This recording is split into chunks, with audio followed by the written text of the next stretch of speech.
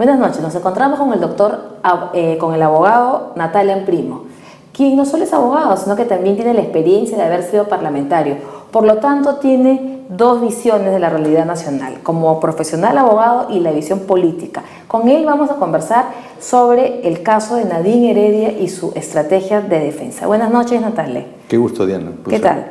Natalia, como bien has visto el día viernes, la señora Heredia ha salido con todo, a decir que bueno, que después de una exhaustiva revisión, efectivamente son sus agendas.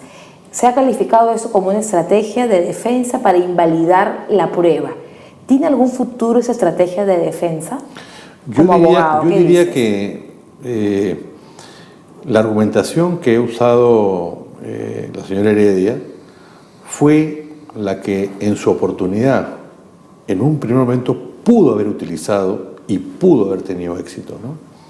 Más bien el hecho que ella ha cambiado de puntos de vista, esta suerte de argumentación de decir, he revisado mi casa y he encontrado que efectivamente, pues, bueno, eso yo diría que en la valoración de la prueba y de la estrategia legal lo que demuestra es que no se ha expresado con sinceridad, ¿no? O sea, ella ha mentido, por decir lo que es el sinónimo de no haberse expresado con sinceridad. Sí, ha faltado la verdad, definitivamente, porque es una versión para mí totalmente inverosímil la que ha vertido.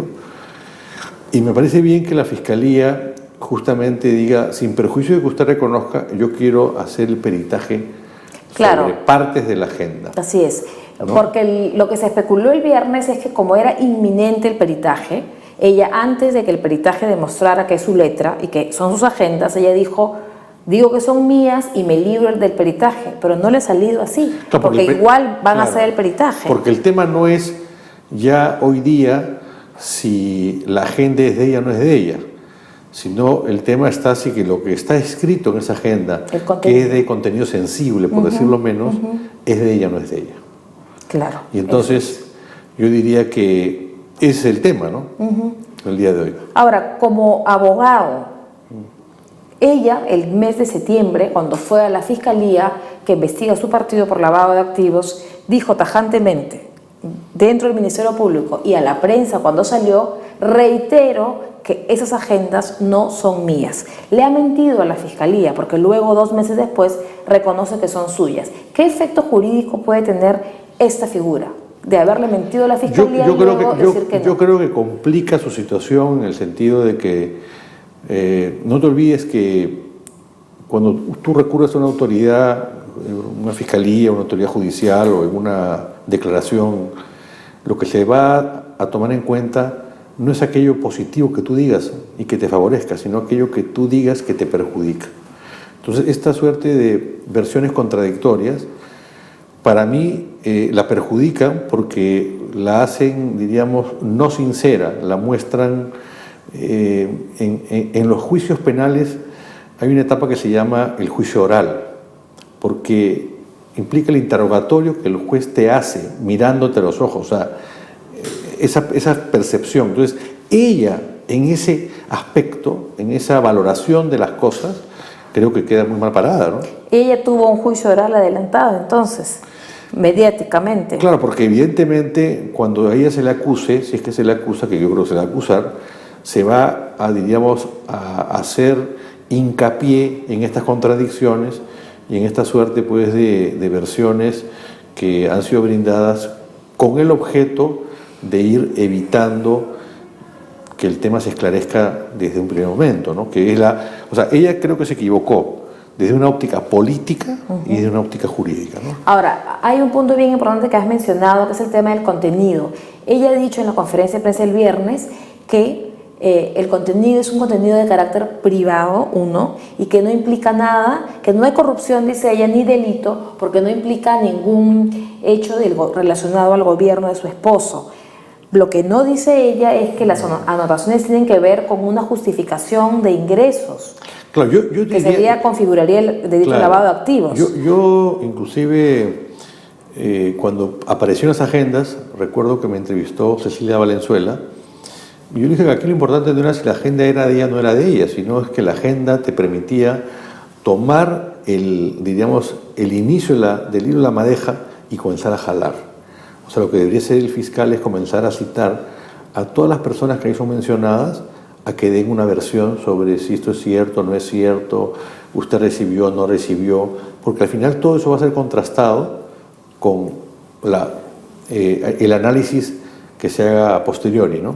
Ahora, periodísticamente este contraste ya lo ha hecho la periodista Rosana Cueva en Panorama, porque sería bueno recordar que cuando salen los cuadernos, Rosana Cueva toma una anotación referida a Rocío Calderón, que ingresaba $10.000 mensualmente según Nadine, Claro. y en ese mismo lapso Rocío Calderón hacía consultorías para una empresa constructora brasilera.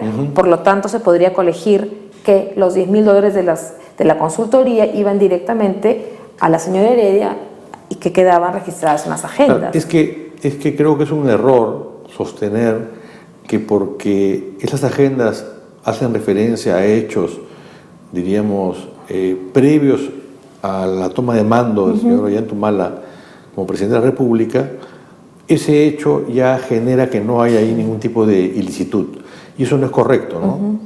Porque, por ejemplo, la ley de partidos políticos prohíbe en forma taxativa no solamente ingresos del extranjero o de países, ¿cómo se llama?, de otros países. Claro, extranjeros, fondos extranjeros. Claro, sino que además limita los aportes a cifras máximas. O sea, tú no puedes, digamos, entregar a un partido más de una cantidad determinada que es la que fija, y además tiene que ser declarada. Y hay sanciones, diríamos, muy fuertes si es que eso se vulnera. Entonces, lo que está ocurriendo aquí es que yo diría que bajo el ropaje de aportes partidarios no declarados, en el fondo ha sido un mecanismo de percepción de ingresos que eso lo coloca pues en una situación, diríamos, jurídicamente hay delitos públicos, que es corrupción pública con perjuicios del Estado, que no es el caso de las agendas, y hay delitos privados cometidos por personas naturales. Bueno, si yo tengo ingresos regulares, fruto de alguna actividad no declarada o diríamos revestida bajo un ropaje distinto, ahí hay un tema tributario importante, ¿no? Ahora, hay otra cosa que creo que sí tiene que ver con el tema de lo público y lo privado, y cuando fueron gobierno. Panorama también reveló respecto a las agendas y a la consultoría con la empresa brasilera que estas mismas personas con las que Rocío Calderón hacía consultorías, esta misma persona que depositaba los $10.000, luego aparece en fotografías, en inauguraciones de obras, y esta empresa a la que este personaje representaba tuvo contratos con el Estado. O sea, hay una relación posterior. Bueno, por eso yo diría lo siguiente, ¿no? Las agendas lo que nos permiten es tener información que genere la posibilidad de seguir escarbando, buscando.